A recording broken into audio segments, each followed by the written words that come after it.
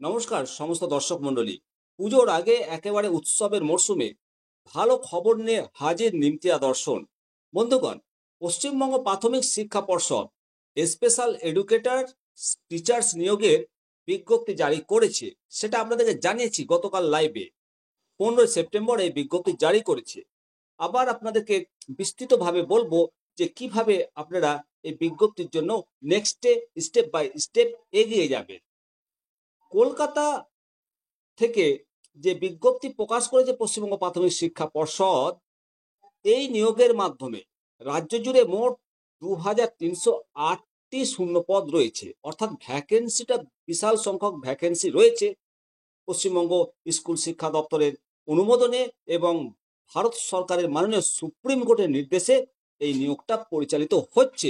সুতরাং এই নিয়োগটা একেবারে স্বচ্ছ, দুর্নীতিমুক্ত, স্ক্যামলেস নিয়োগ হবে, এটাই আশা করা যায়। এই নিয়োগের যে পদ, সেই পদের নাম হলো special education teacher in primary school. নির্বাচিত প্রার্থীরা অবশ্যই পশ্চিমবঙ্গ সরকারের যে বেতন স্কেল আছে, সেই বেতন স্কেল অনুসারে আপনারা বেতন পাবেন। অর্থাৎ প্রাথমিক বিদ্যালয় শিক্ষক শিক্ষিকাগণ যে স্কেল হারে বেতন পান, সেই স্কেল অনুযায়ী আপনারা বেতনটা পাবেন। এই পদের জন্য শিক্ষাগত যোগ্যতা একটা বড় ব্যাপার। প্রথমেই আপনাদেরকে যেটা পূরণ করতে হবে, প্রাথমিক যোগ্যতা ইন্ডিয়ান সিটিজেনশিপ। অবশ্য ভারতবর্ষের নাগরিক হতে হবে, এটা বাধ্যতামূলক। এবং বাধ্যতামূলক যোগ্যতাগুলোর মধ্যে রয়েছে rehabilitation council of India RCI অনুমোদিত যে কোনো প্রতিষ্ঠান থেকে আপনি স্পেশাল এডুকেশনে টিএড ডিগ্রি এবং একটা বৈধ CRI নাম্বার থাকতে হবে সার্টিফিকেটে। বিকল্প হিসেবে বলা হয়েছে যে ডিএলএড ডিগ্রি সহ RCI অনুমোদিত প্রতিষ্ঠান থেকে স্পেশাল এডুকেশনে ডিএড এর সমতুল্য কোনো স্বীকৃত যোগ্যতা সার্টিফিকেট হোক, ডিপ্লোমা হোক, এবং একটি বৈধ CRR নাম্বার থাকতে হবে। এছাড়াও ইনক্লুসিভ এডুকেশনে ক্রস ডিসেবিলিটি এলাকায় 6 মাসের টিচিং প্রশিক্ষণ থাকা দরকার।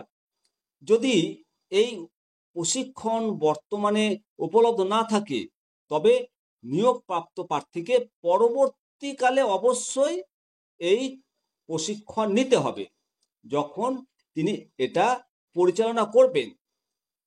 যে মাধ্যমের স্কুলে শিক্ষক হিসাবে নিয়োগ পেতে ইচ্ছুক, সেই মাধ্যমের ভাষাটিকে মাধ্যমিক বা উচ্চ মাধ্যমিক স্তরে প্রথম ভাষা, দ্বিতীয় ভাষা বা তৃতীয় ভাষা হিসাবে থাকতে হবে। বয়স সীমা 1 জানুয়ারি 2025 থেকে আবেদনকারীর বয়স ন্যূনতম 20 বছর এবং সর্বোচ্চ 40। তপশিলি জাতি, তপশিলি উপজাতি, অন্যান্য অনগ্রসর শ্রেণী, তারপরে শারীরিক প্রতিবন্ধী প্রার্থীদের জন্য বয়সের ছাড় রয়েছে। শিক্ষাগত যোগ্যতা অবশ্যই এই পদের আবেদনকারীকে শিক্ষাগত যোগ্যতা পরীক্ষায় টেট উত্তীর্ণ হতে হবে, অর্থাৎ টেট পাস করতে হবে। বোর্ড কর্তৃক গঠিত সিলেকশন কমিটি এই টেট পরীক্ষা পরিচালনা করবে এবং এর তারিখ নির্দেশিকা পরবর্তীতে জানিয়ে দেওয়া হবে। যে সমস্ত প্রার্থী ইতিমধ্যে টেট পাস করেছেন, আপনারাও এই পদের জন্য আবেদন করতে পারবেন। সেক্ষেত্রে তাদের পুরাতন টেট সার্টিফিকেট ব্যবহার করে আবেদন করার সুযোগটা থাকছে।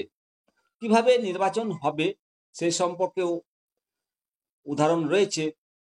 নির্বাচন প্রক্রিয়ায় সর্বোচ্চ 100 নম্বরের ভিত্তিতে প্রার্থীদের নির্বাচন করা হবে।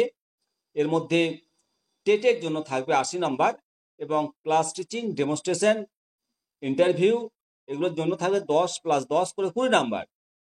আবেদন পদ্ধতি কিভাবে করবেন? আবেদন প্রক্রিয়া সম্পূর্ণ অনলাইনে হবে। সাধারণ প্রার্থীদের জন্য আবেদন ফি 600 টাকা, ওবিসি এ প্রার্থীদের জন্য আবেদন ফি 500 টাকা, ওবিসি বি প্রার্থীদের জন্য আবেদন ফি 500 টাকা, SC ST তারপরে বিশেষ প্রতিবন্ধী ছাত্রছাত্রীদের জন্য এছাড়াও এক্সামটেড ক্যাটাগরির জন্য কোনো আবেদন ফি লাগবে না ইডব্লিউডিএস এর জন্য।